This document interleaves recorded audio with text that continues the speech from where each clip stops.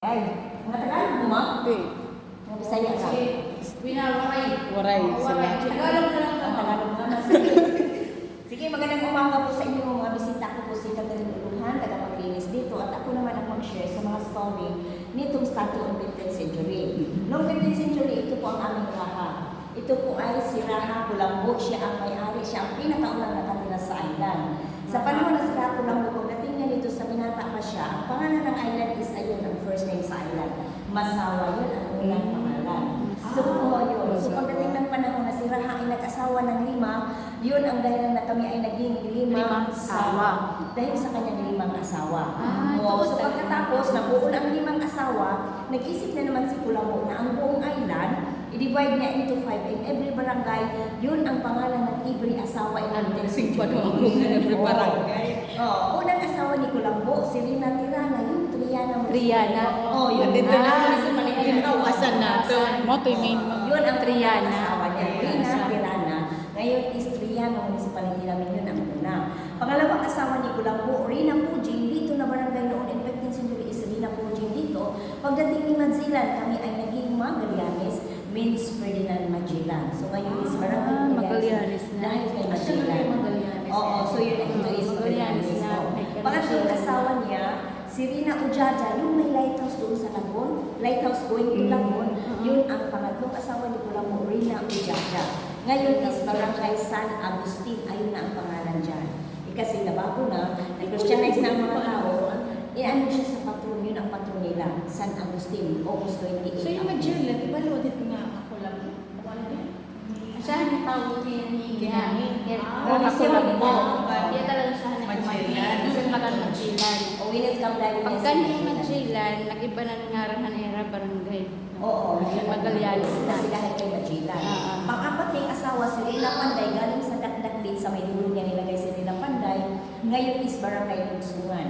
Pang-5 asawa ni Kulambo, si Rina Maanya, yun ang pinakamagandang asawa, Maanya Ibisayo.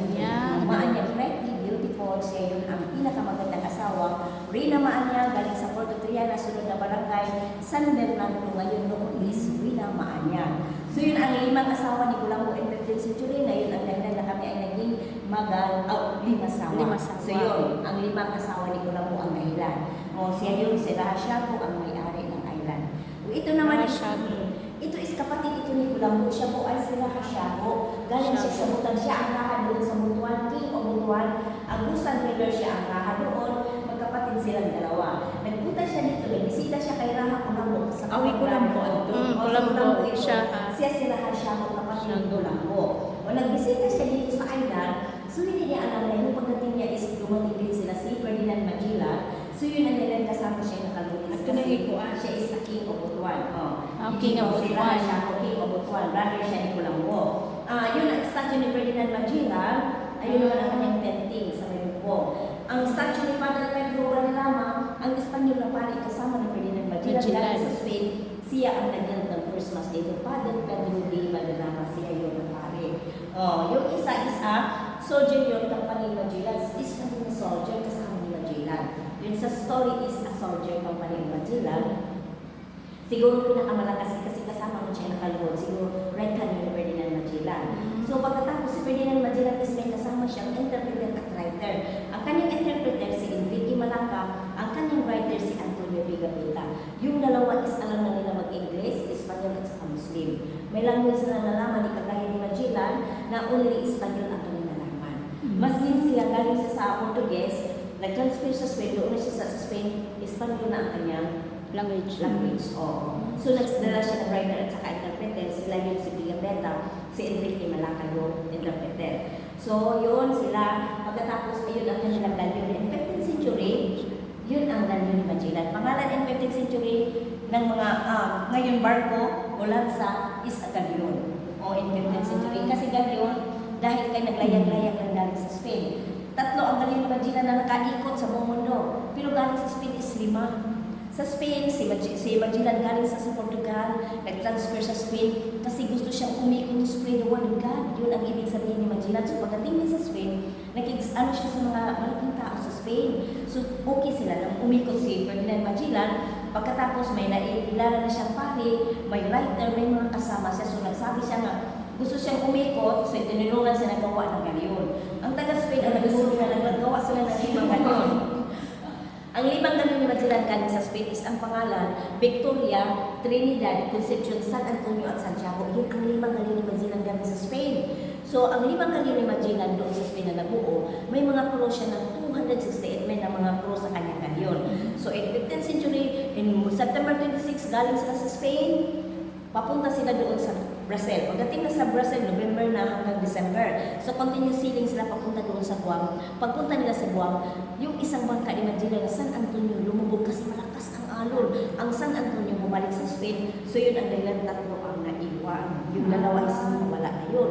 So, silang tatlo papunta sila sa Guam. Galing sila sa Brazil is, kuan pa, 1519, dumating sila doon sa kanang Guam is March 6, 1521, medyo malayo-layo, matagal ang biyahe.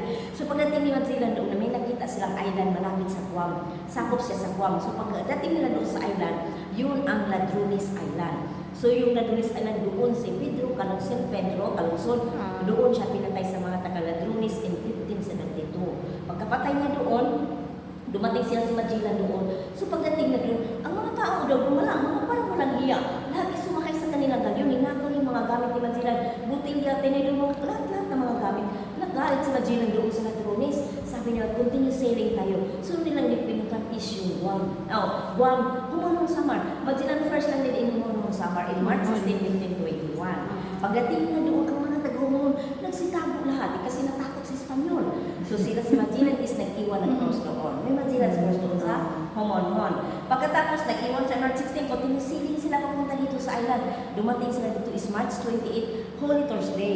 Pagdating nila dito sa island, winelcome sila sa King sa Limasawa at sa King sa Butuan. Kasi nandito siya. So pagkatapos in March 20, pinapakain, pinaparelax sila. Pagka March 29, nag-first blood compact sa buong Pilipinas dito sa Limasawa yun. First blood compact, sila si Magellan, sila si Pulambo yun. Second blood compact in Bohol, Legazpi, si Katuna, Dagohoy, Navigation. And 1565. Pagkatapos March 30, nag-harvest sila rice. March 31, nag-first mass sila. Pagkatapos ng mass, dito yung site ng unang cross, may pangalawang cross sa may tuktok. So yun may second cross. April 4, natapos, continue sailing to Cebu. Dumating sila sa Cebu, April 7. The king of Cebu is Rama Humabon, his wife, Reina Juana. Winelcome naman si Pulambo doon. Pagdating doon, nangyari ang second mass in Cebu in April 14. Second mass in Cebu. So yun ang dahil may something news lang galing sa Spain. Binigay ni Magellan kay Reina Juana. Pagkatapos continue sailing to Mactan, pagdating sa Mactan, doon sila inabangan sa mga sundalo ni Lapu-Lapu. Si Magellan doon napatay sa Mactan. May kasamang 27 ka Espanyol. Si Padre Cado sa Pigupit na mga buhay sila ang nagpatuloy. Continue sailing sila, gikan sailing kasi hinanap yung Spice Island. Dumating sila sa Cebu, Palawan, Mindanao, Sulu Archipelago, hinanap nila yung Spice Island. Dumating sila doon sa Borneo, doon nakita ang Spice Island. Pagdating nila, bumili ng spicy, pagbili, puno na yung dalawang bangka. Ang isang bangka ni Magellan na Concepcion is nawala na anong sa Bohol kasi ang nag-operate namatay sa Mactan sila si Ferdinand. O, ang dalawa nakadating doon sa Spice, bumili ng spicy, pinuno ang dalawang bangka. Sila ang nagbalik doon sa Spain. Ang Victoria sa Indian Sea, Trinidad sa Ocean Pacific. Ang Trinidad bumalik siya doon sa Moluccas, lumubog siya automatically. Ang Victoria ang nakabalik sa Spain. So yun ang mga short story ni Magellan, ni Pulambo at 15th century. Maraming salamat. Thank you, at ma'am. welcome kayo sa isla. So nag-alala ka, ma'am? Oo, ma'am. Salamat kayo.